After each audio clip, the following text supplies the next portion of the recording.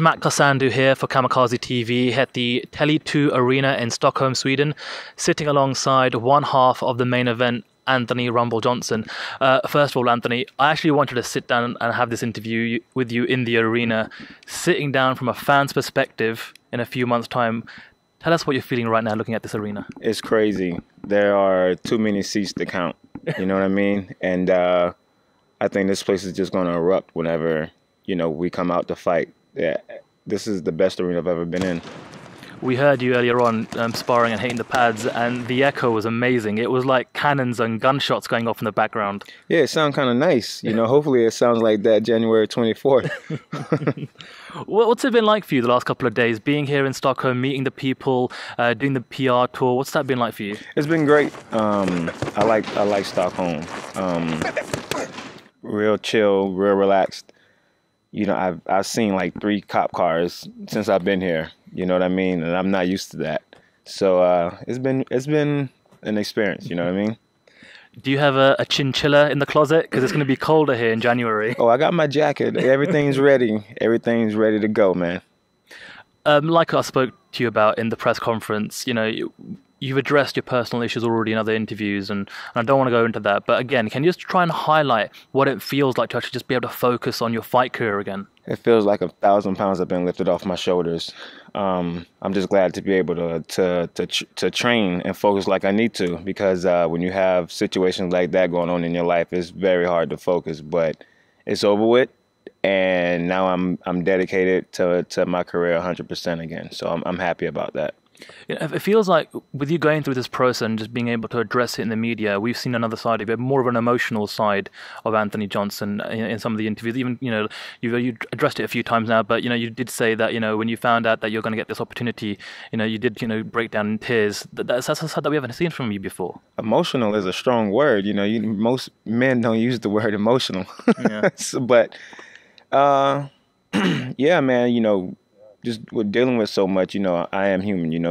I do get emotional in certain situations, and after dealing with what I dealt with and getting an opportunity like I have now to fight Alex, of course I got emotional, and but it was emotions that were just like I want to say just emotions from just being so excited for this opportunity. So that's what it was.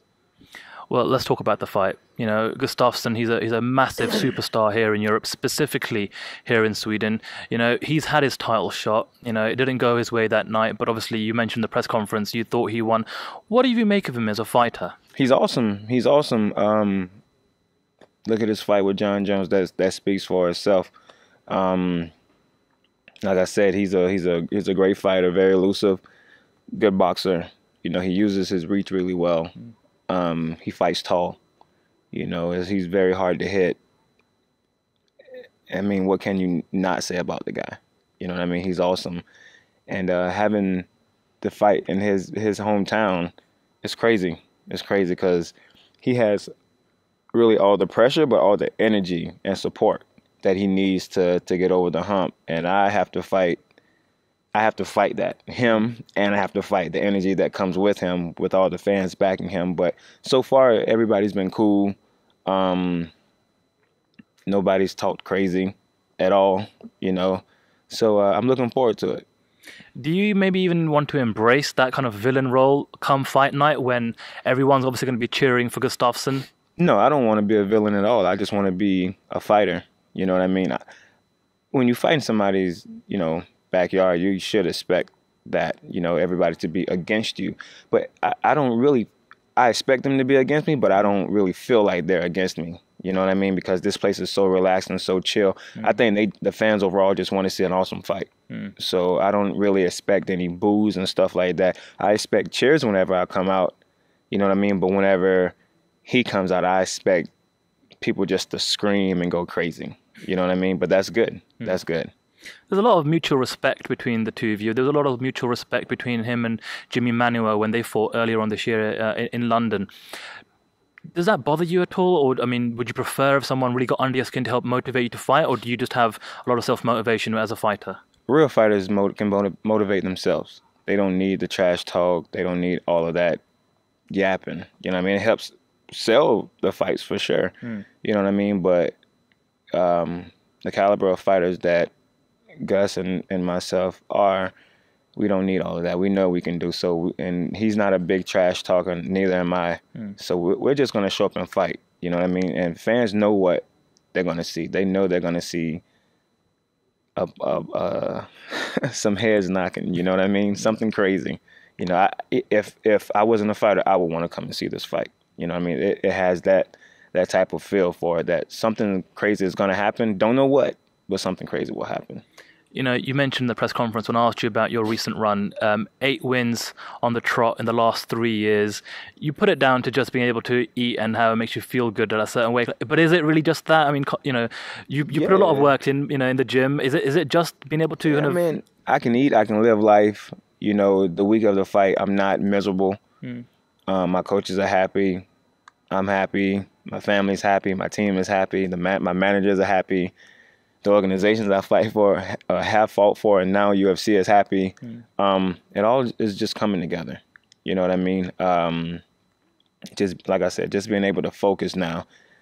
I can actually be in the gym and train like I need to instead of being on the treadmill trying to lose an extra 2 or 3 pounds. That was hell. That was not fun. Now I can go to the treadmill now and lose 3 or 4 pounds in 30 minutes and go hit pads and do whatever else I need to do. Before, I would miss training and go and run for 30 minutes and be dead by the end of 30 minutes. But yeah, I'm happy. I'm happy now. Are you looking at the future? Are you looking past Gustafsson? Are you thinking, if I beat him, I could, you know, get a title shot next year? Something that you haven't been able to do so far in the UFC. No, I never look past my opponents. If I look past Gus, that means I'm doubting him. And I'm far from doubting him. I don't doubt him at all.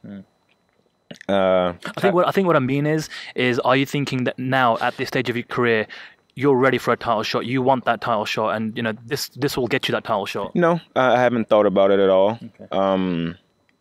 You know, I've seen a lot of fighters say, "Yeah, I'm ready for a title shot" and things like that, and then when they get that opportunity to be the #1 contender, they get beat up. You know what I mean? I'm not going to be that guy and say, "Yeah, I'm ready for a title shot," and then you go up against a big dog and then you get embarrassed. I've seen it happen numerous times. So right now, title shot and #1 contender and stuff really isn't on my mind. I just want to fight.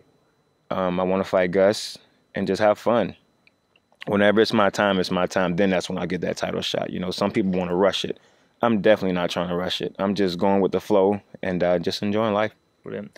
All right, they're telling us to wrap it up, so I'm going to end on this question here. January 24th, you versus Alex in the middle of this 30,000-seater arena. How do you beat this guy? How do I beat him? I don't know. We'll see. We'll see. I can't let all the, you know, everything out of the sack. You know what I mean? But it'll be a war. It'll be a war because I don't take this guy for granted at all.